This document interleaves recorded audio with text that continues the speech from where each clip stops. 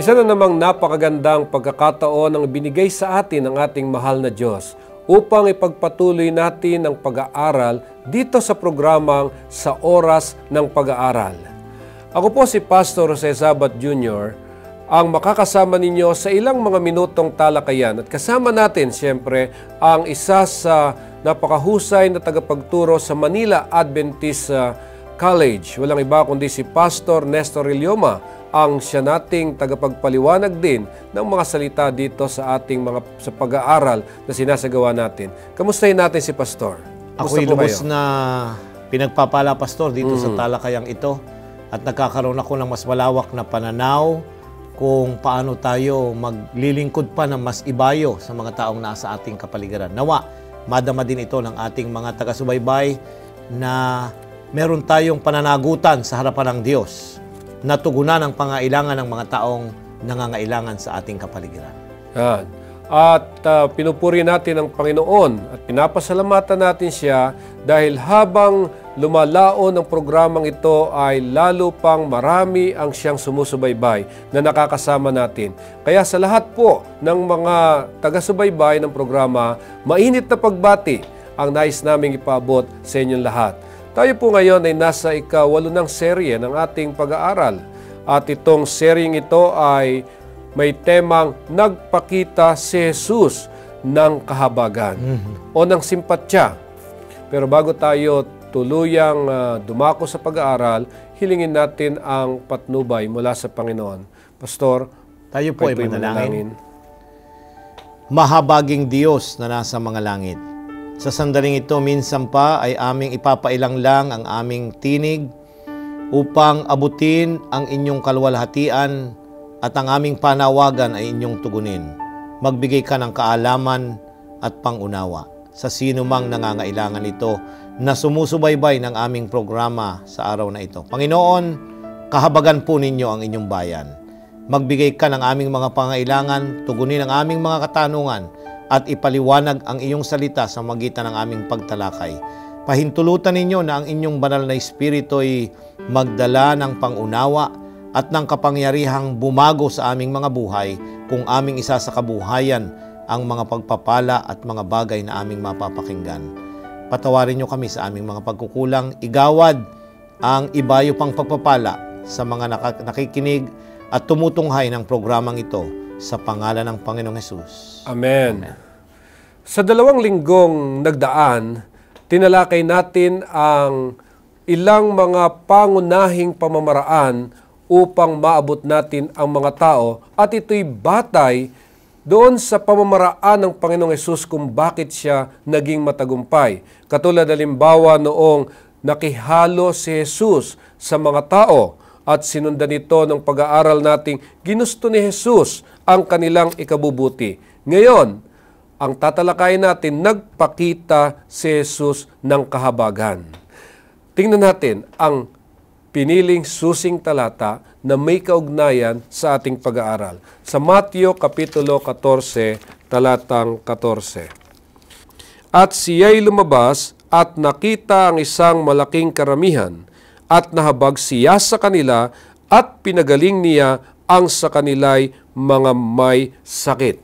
Pastor, napakaganda ng talatang ito. Ipinakikita kung ano ang ginawa ni Jesus nang kanyang makita ang karamihan, siya ay nahabag. Opo. Yung pangungusap, yung main keyword ng ating talakayan ngayon ay ang Jesus ay nagpakita ng kanyang kahabagan. Now, papansinin niyo, Pastor, na ang tekstong ito, ang konteksto ay very immediate. Kamamatay lamang ng kanyang pinsan, ang Juan Bautista. Pinugutan ang ulo ng Haring Herodes. At inilagay sa platter yung ang kanyang mga alagad ay inilibing ang kanyang bangkay. Nabalitaan ito ng ating Panginoong Hesus at nag-retreat ang ating Panginoong Hesus. Nadama niya yung pagdadalamhasi kasi nag-iisa na siya. Dati dalawa sila na nangangaral tungkol sa kabutihan at kagandahang loob ng Diyos at tumatawag ng pagsisisi. Ngayon, nag-iisa na. At yung mga alagad, yung mga tagasunod ni Juan, sumama sa kanya. Nagsisunod sila. Nung malaman nilang siya'y sumakay sa isang daong at naroon siya sa isang liblib na pook, nagpuntahan ang mga tao at ang karamihan. At ito yung tinatawag na siya ay lumabas, hinarap ang mga taong ito, at nakita niya ang kanilang mga pangailangan at sila'y nahabag. Bata, matanda, may mga karamdaman, may mga suliranin sa araw-araw, nakita niya ang kanilang pangailangan at siya'y nagpagaling at tinugon ang kanilang mga kahilingan. So pinakita ni Jesus ang kanyang kahabagan sa mga taong nangangailangan. So ito po ay critical sa usapin na kung papaano natin aabutin ang mga tao. Ngayon, doon sa konteksto ng pag-abot sa mga tao, ano ba yung kahulugan ng kahabagan sa pag-abot sa kanila? Ayan, Pastor, yung habag ay isang attitude ng puso at ng isip. Yan, tatandaan natin yan. Ito ay isang emotional response. Pag may tao kang nakitang na aksidente at ikaw ay hindi na antig doon sa nakita mo, ay ikaw ay walang habag. Yan. Pagka nakakita ka ng nawalang bata na nag-iiyak sa lansangan at ikaw ang unang nakakita at hindi ka tumulong at nahabag doon sa batang iyon, ay ikaw ay mayroong kulang ang iyong response na mabuti. Itong kahabagan ay isang mabuting tugon ng isang tao, lalong-lalo na ng isang taong binago ng biyaya ni Kristo. Ayan. Okay. Hindi natin sinasabi na exclusive lang ito para sa mga Kristiyano. Lahat ng tao meron ng sense of nahabag, sympathy, feeling.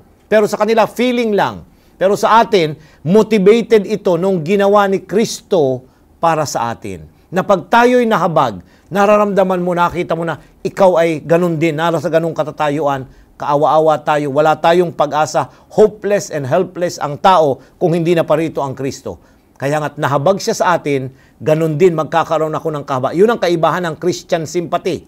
It is motivated noong kahabagan na ipinakita ni Kristo sa atin. Yeah. So ito ang napakagandang tingnan natin.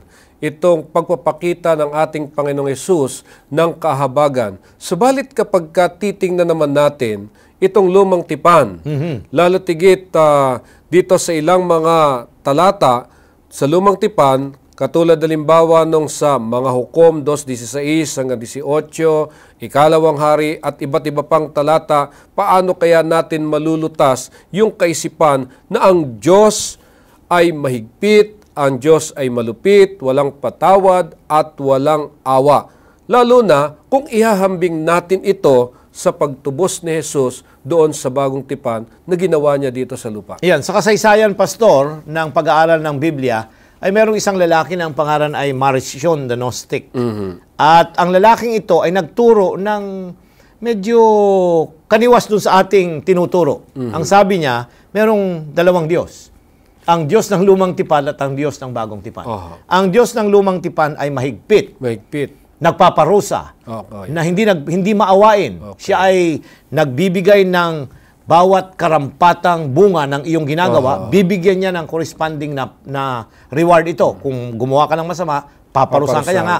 Nakita niya yung mga istorya dito na bumubuka ang lupa, kinakain ng mga tao. Nagpapadala ang Diyos ng mga ahas, pinagtututuka yung mga nasa ilang. Yun ang nakikita nila, yung likas ng Diyos na na mahigpit at hindi mapagpatawad. Iko-compare nila ito, Pastor, sa ating Panginoong Hesus sa bagong tipan na nagpakababa, nanaog, nakatira sa atin, nabayubay doon sa krus, mamamatay na siya ay nananalangin pa siya na, Ama ko, patawarin mo sila. Narito ang sabi niya, ang dalawang klase ng Diyos. Now, i-reconcile natin, Pastor. Kasi ang tanong mo ay, how can we reconcile? Iisa lang ang Diyos, Pastor. Ang Diyos ng lumang tipan at ang Diyos ng bagong tipan ay iisa. Ang kanyang likas ay mahabagin at Diyos ng hustisya. Now, titingnan ninyo yun, ha? Hindi natin pwedeng paghiwalayin yung kanyang pagiging mahabagin at maibigin dun sa kanyang pagiging hustisya. Galit ang Diyos sa kasalanan. Pero mahal ng Diyos ang makasalanan. Gusto kong idiin yun. Bakit may mga pinarusan? May kinain ng lupa, nag-open ng lupa. Merong tinuklaw ng mga mga tao yon. Pero yung mga yon, Pastor, mga tao na ayaw layuan ang kasalanan sa kanilang mga buhay. Kaya pinahintulutan niya sila na dumanas ng kaparusahan. Bakit? Kasi ayaw nilang lumayo. Yung mga taong nagsisi, kagaya nung pinag-aralan natin nung nakaraang linggo, ang Nineveh nagsisi. Pinarusahan ba niya, Pastor? Hindi. Hindi. Inispare niya sa pagkadusa yung mga taong iyon sapagkat mahal niya ang tao. Maraming instances sa Lumang Tipan na hindi lamang yung pagiging mahigpit niya at hindi nagpapatawad, kundi maraming instances na ang Diyos ay nagpatawad. Kapareho yung Diyos sa Lumang Tipan at yung Diyos sa Bagong Tipan. Kaya, pag tinanong mo, how do we reconcile? God loves the sinner, but He hates the sin. Ito yung prinsipyo na dapat nating maunawaan. At kinakailangan igawad niya yung kanyang pag-ibig, pero kinakailangan din niyang i-balance yung kanyang paghatol sapagkat kung hindi siya hahatol ng tama, questionin siya ng kanyang kaaway at yun ay ang dyablo. Kaya mapapansin natin doon sa inyo pong mga nabanggit, yung bang paraan kung papaano pinatutunguhan ng Diyos, lalo tigit yung mga nagdurusa. So, ang banal na kasulatan, makikita natin halos sa kabuuan na buong lalim na minahal ng Diyos ang tao. Ayan, Pastor. Pansinin natin ang isang tagpo dito sa Lumang Tipan sa aklat ng Exodo. Ang kapitulo ay 2, ang talata ay 23 hanggang 27. At nangyari pagkaraan ng maraming araw ng hari sa Ehipto ay namatay, at ang mga anak ni Israel ay nagbuntong hininga dahil sa pagkaalipin, at sila'y dumaing at ang kanilang daing ay umabot sa Diyos dahil sa pagkaalipin. At dininig ng Diyos ang kanilang hibik, at naalala ng Diyos ang kanyang tipan kay Abraham, kay Isaac at kay Jacob. At nilingap ng Diyos ang mga anak ni Israel, at sila'y kinilala ng Diyos. Ang ganda ng mga salita na description dito tungkol sa Diyos, Pastor. Kanyang dininig, kanyang nilingap, kanyang narinig at tinugon ang kanilang mga daing. Napakaganda. Ito yung ang bayan, ito yung Israel na ginawang alipin noong paraon na hindi na nakakakilala kay Jose. Ayan. So, ang tagpong ito ay yung after na mamatay yung paraon ng mga Hyksos. Ayan. Bibigyan natin ng kaunting background ito kasi yung pero na kaibigan ni Jose na nag-appoint sa kanya na second ruler of the kingdom, ito yung mga Hyksos. Ito yung mga nag-conquer sa Egypt na galing doon sa ibayong lugar ng Mediterranean. Pero nagkaroon ng paghihimagsik na overthrow ito later at yung tunay na mga taga-Ehipto bumalik ulit. Yan.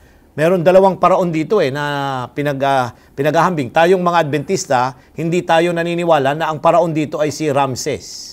Yan. Pag nanood kayo ng Ten Commandments, Ramses yung pinapakita doon. Hindi tayo naniniwala doon. Kasi sa kanila, 13th century yung Exodus. Sa atin ay 15th century. So may 200 taon ang pagitan. So yung account ng Exodus na ipinalalabas na Ten Commandments, ang paraon doon, si Ramses, di ba? Yung kahit na nga doon sa yung The Dreamer, hindi pala Dreamer, yung isa pang anime, pinakikita doon na ang paraon ay si mahigpit, nagpaparusa sa mga tao. Ginawang alipin yung bayan ng Diyos. Pero yung paghihirap nila doon, hindi lingid sa kaalaman ng Diyos. Alam niya ang kanilang kailangan. Kaya nga later on, tinugon niya ito sa magitan ng paglalabas ng isang lalaki na ang pangalan ay Moses, nang ibig sabihin ay drawn out, kinuha mula sa tubig. Ayan. Kasi nung ipanganak si Moses, ay may persecution, papatay ng lahat ng mga bata, itinapon, nilagay sa isang sisidlan at ipinaanod saan? Doon sa Nile River, kasama ni Miriam, at nakuha siya ng kapatid ni Paraon. Yan. So, dito, Pastor, makikita mo na paano naki-deal ang Diyos ng suffering. Kasama niya. Ang Diyos ay kasama nating nagdurusa. Hindi niya pinababayaan ang kanyang mga anak doon. Kasama niya. Sa bawat hampas ng latigo ng mga masters and taskmasters, kasama siyang tinatamaan nito. He was with them in their struggle. Hindi niya tayo iiwan. Di ba sabi niya, hindi kita iiwan, ni pababayaan man. Naroon siya. Kasama niya. Hanggang dumating yung panahon na kinakailangang i-deliver niya yung kanyang bayan mula sa Ehipto.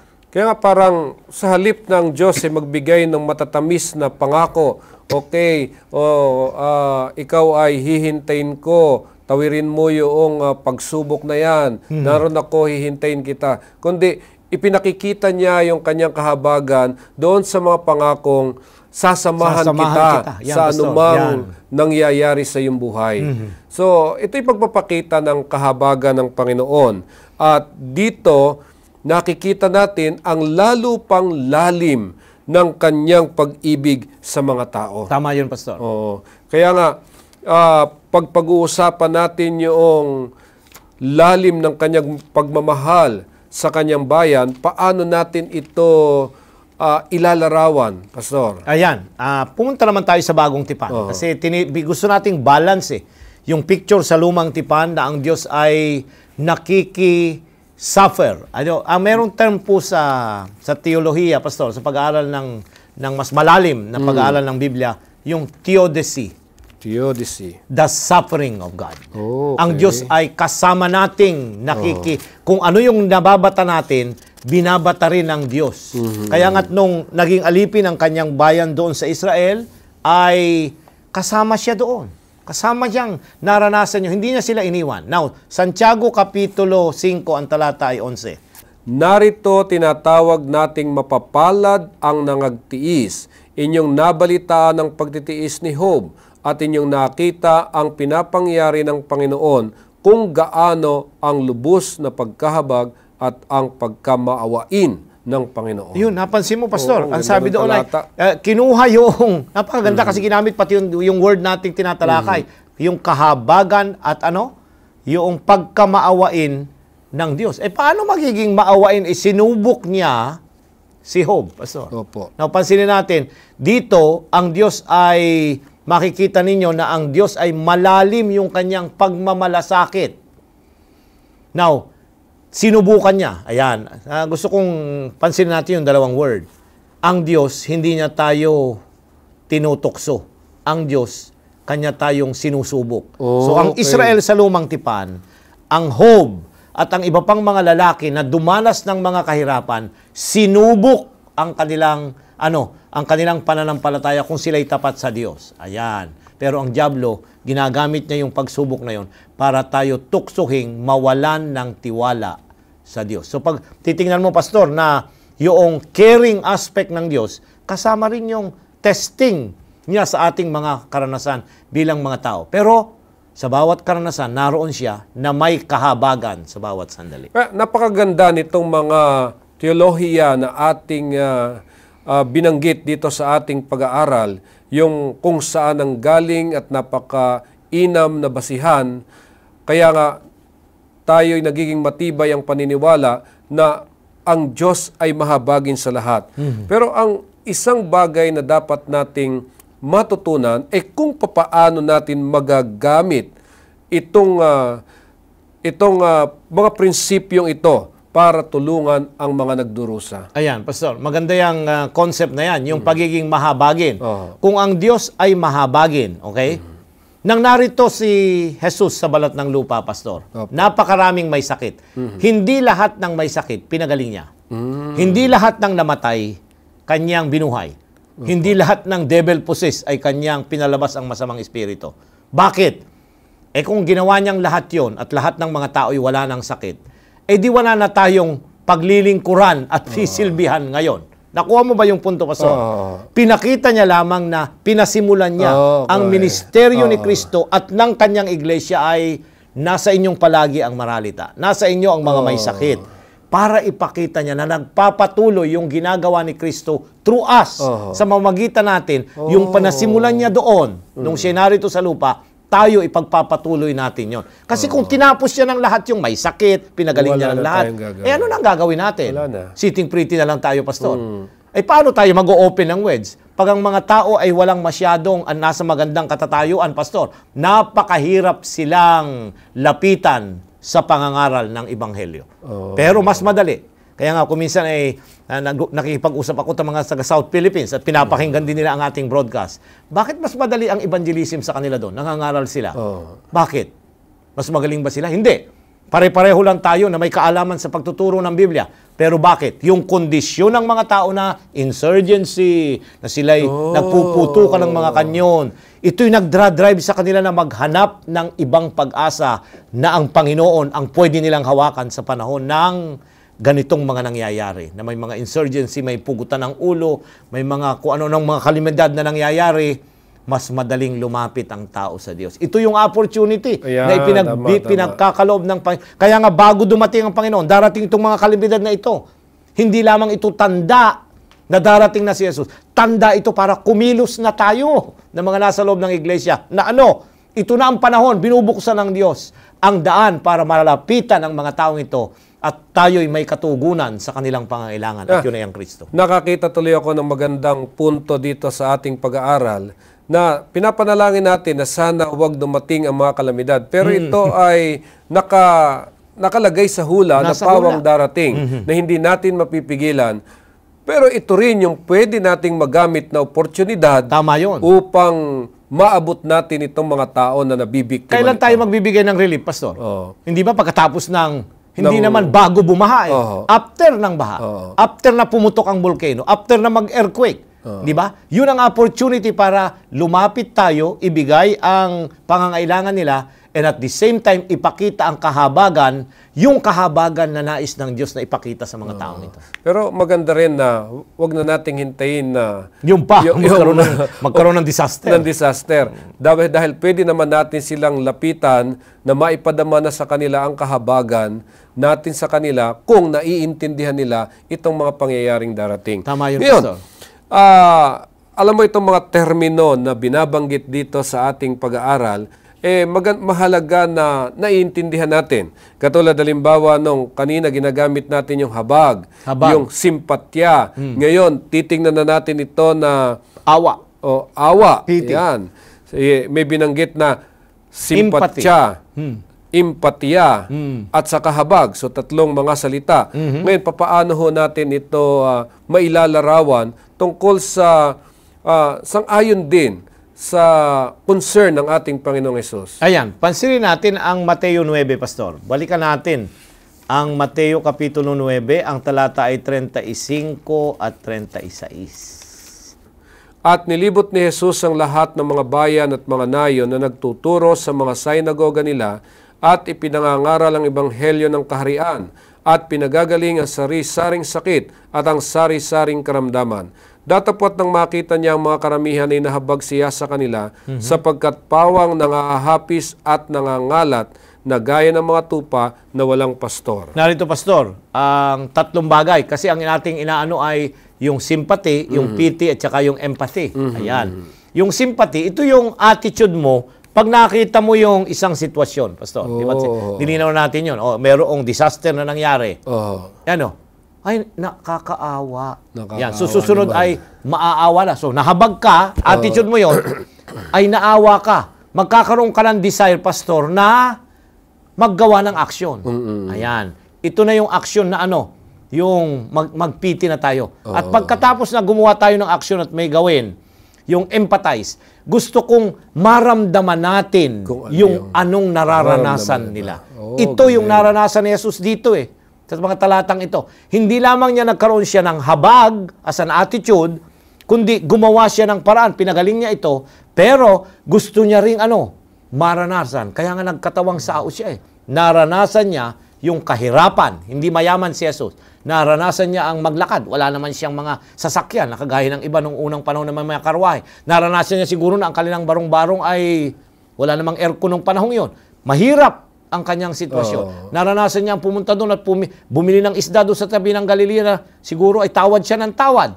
Naniniwala ako na ang ating Panginoong Hesus naranasan niya lahat ng ito upang ipakita kung paano ang kanyang kahabagan. So yung tatlong terminolohiya, yung sympathy, pity, at saka empathy, naramdaman niya. Inilagay niya ang kanyang shoes, ang kanyang sarili, doon sa kasatayo ang yawa. So ang ganda, kasi kung maiintindihan lang natin, ito ho yung nagpapakita na hindi lamang natin dapat maunawaan itong pagdurusa ng iba, kung hindi, magkaroon tayo ng kagustuhan na mapagaan at malunasan ang mga pagdurusa. Tama yun, Pastor. So ngayon, kasi ang dali nung magsabi na, naaawa ako, nahahabag ako. After that, uwi na tayo. Nakita natin yung picture, pinakita. Kung minsan, kahapon ay meron akong pinapanood doon sa aking YouTube. Wala akong magawa sa aking office nung ako yung nagtatype nitong mga pinag-aaralan natin. Yung sa Thailand, yung isang matanda na artificial yung kanyang paa. Ay yung nagtutulak siya at namumulot ng basura. Medyo ako'y nabagbag yung aking damdamin. Tapos ay yung istorya ay may bata na galing sa school na walang pera, pinapanood niya yung kanyang mga klase na nagbibilihan doon ng ice cream doon sa tabi ng daan. Ay wala siyang maibili. Yung huling barya nung matanda na artificial ang paa, ibinigay niya doon sa bata. Siya na mahirap dukha. Yung bata nag-aaral at may magulang marahil, ibinigay niya. At bumili yung bata at nagkaroon siya ng sukli. Hindi na ibinalik, hindi na kinuha ng matanda yung sukli nang bumili siya. Pero the worst thing is, the worst came to the old man. Samantalang siya nagtutulak ng basura, merong naglalakad na babae na mayroong bag at inisnatch ng magnanakaw yung bag. Nung makita nung matanda, sinakluluhan niya. Ito naman ang situation natin. Sinakluluhan niya at nung itinatakbo yung bag, ay nakipag-agawan din siya doon sa bag. Nakipag-agawan siya doon sa bag. At pinagsisipa siya at yung kanyang paang artificial tumalsik. Pinagtatapakan noong dalawang lalaki na nakamotor at iniwanan siyang nakahandusay. Pero hindi niya binitiwan yung bag. Ang masama, Pastor, nang dumating ang pulis, siya ang napagkamalan na nagnakaw ng bag. At siya ang napiit. Pero in all the sin, yung batang tinulungan niya na binigyan niya ng barya, nakita ang lahat ng katotohanan. Alam mo ang ginawa ng bata? Tumawag dun sa DSWD dun sa Dailan, dun sa welfare service. At ikwinento niya, alam mo dumating ang DSWD, tinulungan yung matanda. Pinalitan yung kanyang paang artificial na nasira, yung kanyang kariton na nasira dahil hinampas noong mga magnanakaw, pinalitan ng isang dimotor. At dun sa bandang huli, yung bata na tinulungan niya, magkasakay silang magkasama. Sabi ko ay, nabagbag yung aking damdamin. Pero pagkatapos noon, ano na? Madali yung naawa ako. Naawa ka. Pero kung nandun ako, at nasa tagpong yon, tutulong din ako kagaya ng ginawa ng iba. Tama, Pastor? Kung hindi, tayo kung minsan ay, nakatingin lang tayo. Pinagmamasdan, nakakaawa, nakakahabag. Hanggang doon na lang ba? Hindi May second mile. May dapat tayong gawin at iabot yung ating kamay at pagtulong sa mga tao. Kaya nga, patuloy nating dinidiin na tayo lumabas sa ating iglesia. Dahil pag lumabas tayo, makikita natin ang kalagayan ng sanlibutan. Makikita natin ang mga tao sa lansangan, iba't ibang uri ng kanilang pangangailangan. At mula doon sa kahabagang iyon, doon tayo lilikha ng mga programa kung papaano natin sila tutulungan. Dahil yun ang paraan para maabot natin ang mga taong ito. Kaya yung sinabi niyong istorya, Pastor, naniniwala ako, ito yung napakadaling maintindihan ang katotohanan kapag isinasa kabuhayan. Tama yun, Pastor. Kaya itong compassion na tinatawag ay ipinakita ni Kristo. Pinahayag ng Panginoong Jesucristo sa ating mga buhay. So paano natin ito ipakikita sa ibang mga tao? Alam mo, ang pinakamahirap na tanong, Pastor, is how. Ayan, paano at saka why. Dito sa Colosas 3:12. Mangagbihis nga kayo gaya ng mga hinirang ng Diyos na mga banal at minamahal ng isang pusong mahabagin, ng kagandahang loob, ng kababaan, ng kaamuan, ng pagpapahinuhod. Ano? Ang tanong mo kanina ay paano natin maipapakita at magkakaroon tayo noong compassion? Compassion. Compassion. The word is magkaroon tayo ng pagdama nung kanilang paghihirap. Compassion is suffering. Madama natin yung kanilang mga paghihirap, ang mga taong nasa ating kapaligiran. Ano daw? Magkaroon tayo ng ano? Mga bihis. Magkaroon tayo ng pusong mahabagin, kagandahang loob, kababaan, kaamuan, pagpapahinuhod. Ano yung puso na tinutukoy? Hindi ito, Pastor. Ang tinutukoy ito. Yung kaisipan, yung determinasyon na na tayo'y magiging maawain na kagaya ni Jesus. Magiging mahabagin. Kapasyahan ito, Pastor. Hindi ito nangyayari na hindi ka nagpapasyang gumawa. Una, magsisimula ito sa isip. Mamaya, gagawa ang ating mga kamay at tayo'y tutulong at lalapit doon sa mga taong iyon. Yeah. At isa sa napakagandang halimbawa nito ay yung paano ipinakita ng isang ama yung kanyang kahabagan sa kanyang alibughang anak. Ayan, Pastor, alam natin ang tala sa Lucas Kapitulo 15, ang talata ay 20 hanggang 23. Marahil ay di natin ito babaybayin ng mahaba. Alam natin ang istorya. Ang dalawang anak ng ng matanda ay nagpasya yung bunso na kunin ang kanyang mana. Alam mo, kung pag-aaralan natin ito sa Asian context, kalapastanganan ang ginawa noong anak. Bakit? Lapastangan yung anak. Bakit? Yung sabihin mo na, akin na ang aking mana, ibuhay ka pa. Parang sinasabi mong, mamatay ka na para makuha ko na yung aking kayamanan. Pero ang ama, ibinigay pa rin niya yung kanyang karapatan. Bakit? Mahal niya at nahabag siya doon sa kanyang anak. So pasimula pa lang ay makikita mo na nilapastangan na siya, pero pinagkaloob niya, equal share. Hindi niya binigyan ng kaunti kung ano yung para sa kanya, ipinagkaloob at pinahintulutan. Alam niya na may panganib. Ayan, Pastor, papansinin mo, bahagi ng kahabagan ng Diyos. Ang pahintulutan tayo to make wrong choices and suffer the consequences. Pero naroon siyang naghihintay na ikaw ay muling magbalik. Napakaganda nung storyang iyon. Kaya nga yung bata, nung maubos na ang kanyang kayamanan, wala na siyang mga kaibigan, naroon na siyang kumakain ng pagkain ng baboy at nag-aalaga ng mga yon. Pinakamababang kondisyon sa mga Hudyo, yung magpakain ka na ng baboy, that was the lowest condition of being a human being. Kumakain ka ng kanilang pagkain. Nagkaroon siya ng kapasiyahang bumalik sa kanyang ama. Na-realize na hindi lamang siya magiging anak, kundi maging isa sa kanyang mga alipin. Subalit nung bumalik ang anak, ang ama naghihintay. Tandaan niyo, Pastor, ang amay naghihintay. At nung malayo pa, I love the story, nang malayo pa, alam mo sa Middle East, Pastor, at dito sa Asia, yung umalis, dapat siya ang matutong Bumalik. Ayan. Pero nung malayo pa, nakita ng ama, na aninag pa lamang niya yung figure ng kanyang anak. Mabaho. Lutay-gutay ang kanyang suot, wala na siyang panyapak, mahaba na siguro ang buhok na parang yung taong grasa dyan sa palibot. Ay tumakbo siya, niyakap. Nagsimulang mag-Latino, yung recited, yung kanyang minemorize na dialogue. Pero yung ama hindi niya na pinakinggan na, gawin mo na lamang ako na isang alipin. Ako'y nagkasala. Ganon ang habag ng Diyos. Bago ka pa umuwi, ang sabi niya, bigyan ng panyapak, bigyan ng singsing, bigyan ng balaban. Ibinalik ang kanyang karapatan bilang isang tunay na anak na parang hindi siya nagkamali. Ito yung pagpapakita ng kahabagan ng Diyos. Restoring us doon sa kondisyon na kagaya ng dati. Itong hindi naintindihan ng panganay na anak, Pastor. Di ba? Bakit kayan pa? Ako na laging kasama at hindi naman nagre-rebelde. Hindi Kasi pag binalik ang isang makasalanan, kung ano yung dating katatayuan mo yun sa harapan ng Diyos, yun ang ipagkakaloob sa atin.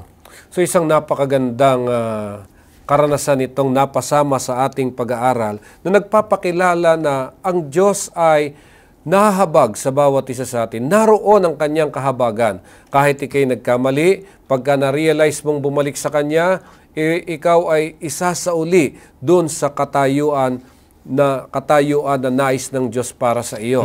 So, alam mo, Pastor, itong alibugang anak na ito, actually, pag tiningnan mo yung ama, yung palang ama, hindi lamang minsan lang pumupunta ron sa kanilang bintana o sa kanilang pintuan na naghihintay sa anak. Inaabangan niya. Araw-araw ang kanyang anak. Ang pagbabalik.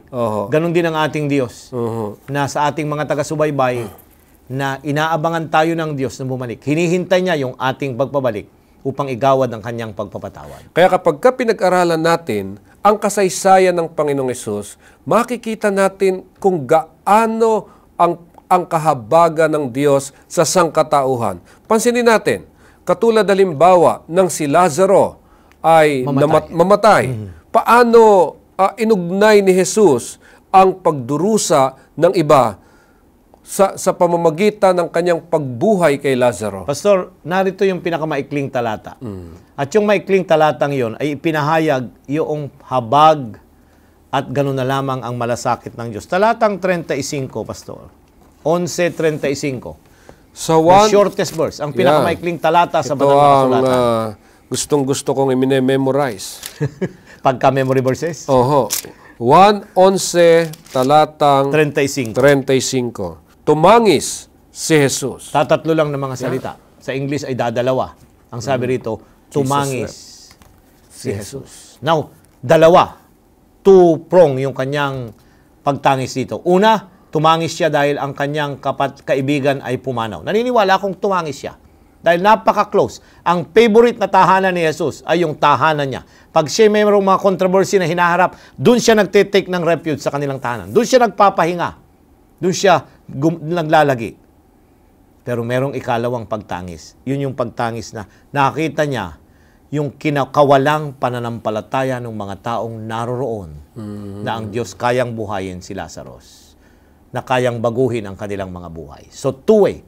Ang awa ng Diyos ay ipinakita nang siya'y umiyak para sa kanyang kaibigan at dun sa kanyang sambayan, tumangis din siya dun sa mga taong nasa paligid na walang pananampalataya sa Diyos na siyang lumalang na pwede ring magbigay ng buhay na muli sa mga taong namamatay. Ang ganda, no? Dito sa pagtangis ni Jesus, yung tatlong mga salita na pinag-aralan natin kanina ay naroroon. Yung simpatya, empatiya, at saka yung habag. That actually, kung iisipin natin, tayo, pagka tayo tumungo doon sa mga namatayan, nakikita natin yung mga naroroon na talagang puspos ng kalungkutan. Nadarama natin ang kanilang kalungkutan.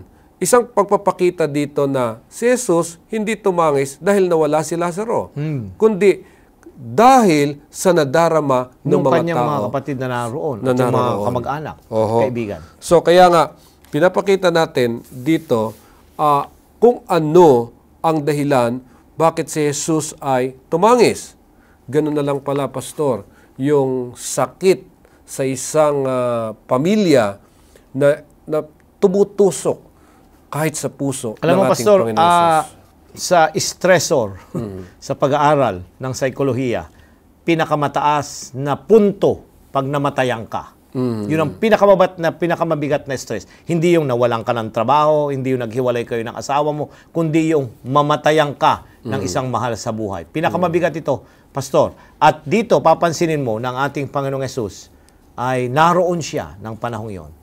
Karamay siya. Sa lesson natin, ay merong karanasan dyan na may namatayan, ay pag pumunta ka sa isang namatayan, huwag kang salita ng kung ano-ano pang mga naalala mo. Hindi. Kung ang idinidiin ay tabihan mo yung mga malalapit na mga, kung asawa man yan, o anak, or what. Paano kung minsan, ipadama mo na narito ka. Hindi yung maraming salita. Alam mo kung minsan ay nakakainis yung nung mamatay ang aking ama nung nakaraang taon. At itong buwan na ito ay, ito ang kanyang death anniversary, ay daming mga pupunta. Hala, sige. Kung ano-ano mga pinagsasabi, naalala tungkol kay tatay. Hindi ko naman sila masyadong makakilala. Pero very meaningful para sa akin yung merong lalapit sa iyo at bubulong na nandito lang kami. Pinapanalangin ka namin. Or just a squeeze of hand at sasabihin niyang nakikiramay kami. Walang masyadong marami pero alam mong nandung nakaupo na kasama mo na nakikiramay. Ganun ang ating Panginoong Yesus. Yeah. Gusto niyang madama natin yung kahirapan ng iba. So magandang pag-aaral ito para sa mga kaanib din ng iglesia dahil ang pagdalaw doon sa mga taong naiwanan ng kanilang mahal sa buhay ay totoong napakasakit. At yun ay oportunidad para tayo makapaglingkod sa kanila. Kaya nga lang tama po yung sinasabi nyo. Minsan nag-iisip tayo, paano natin may babahagi yung ating simpatya dito sa mga kapatid natin doon sa mga nasa komunidad na namatayan. Minsan nasasabi natin na magpasalamat kayo sa Diyos at kinuha na siya ng Panginoon. Minsan may mga maling doktrina rin na inilalagay tayo sa kanilang kaisipan. Ayan. So kaya nga, napapag-aralan lamang natin itong mga bagay na ito. Pero actually, pinakikita dito yung ating magagawa para doon sa mga taong nakakaranas ng pagdurusa. So kaya magandang talakayin din natin, Pastor, siguro kahit sa kaunti lang pagkakataon, yung inyong mga nalalaman, paano ba bumisita doon sa mga taong nakakaranas ng pagdurusa? Ayan, alam ko nagkaroon ako ng karanasan at ito nabanggit ko na yata sa isang broadcast natin, Pastor. Kami na aksidente at nakumpany kami dyan ng almost 2 months sa ating hospital. At nung kami ay papunta sa isang, nagtatayo kami ng kolehiyo noon sa norte at nagkakamping kami ng funds para tumayo yung mga buildings.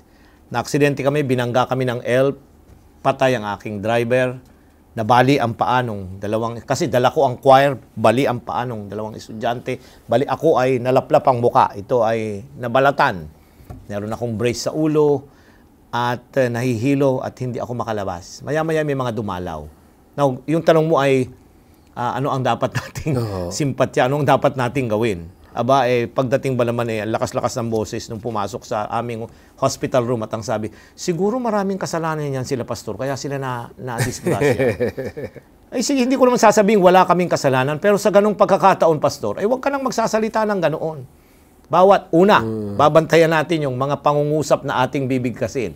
Sa panahon ng pagdurusa ng mga tao, kamatayan man yan, sakit, nasa ospital man yan, may trahedyang nangyari. Words are very, very important. Yung mga ating iwi-whisper sa kanila at babanggitin, it can either weigh them or elevate them into a better situation. Tama. Yan. Ikalawa, yung presensya nating naroroon. Yes, Yan. that's Very right. important yun. Kaya nga, dapat nakikiramay tayo. Pupunta tayo doon. O nakiramay ka nga tumawag ka lang. Hindi. Ang kailangan yung ating presensyang naroroon ka. Naroon ka na, narito kami. Okay, kaya nga yung iba, tumatawag kasi malalayo galing sa Amerika or what. Pero yung presensya is very, very important. Ano pa? Sa panahong ito, dapat tumulong tayo, magbigay.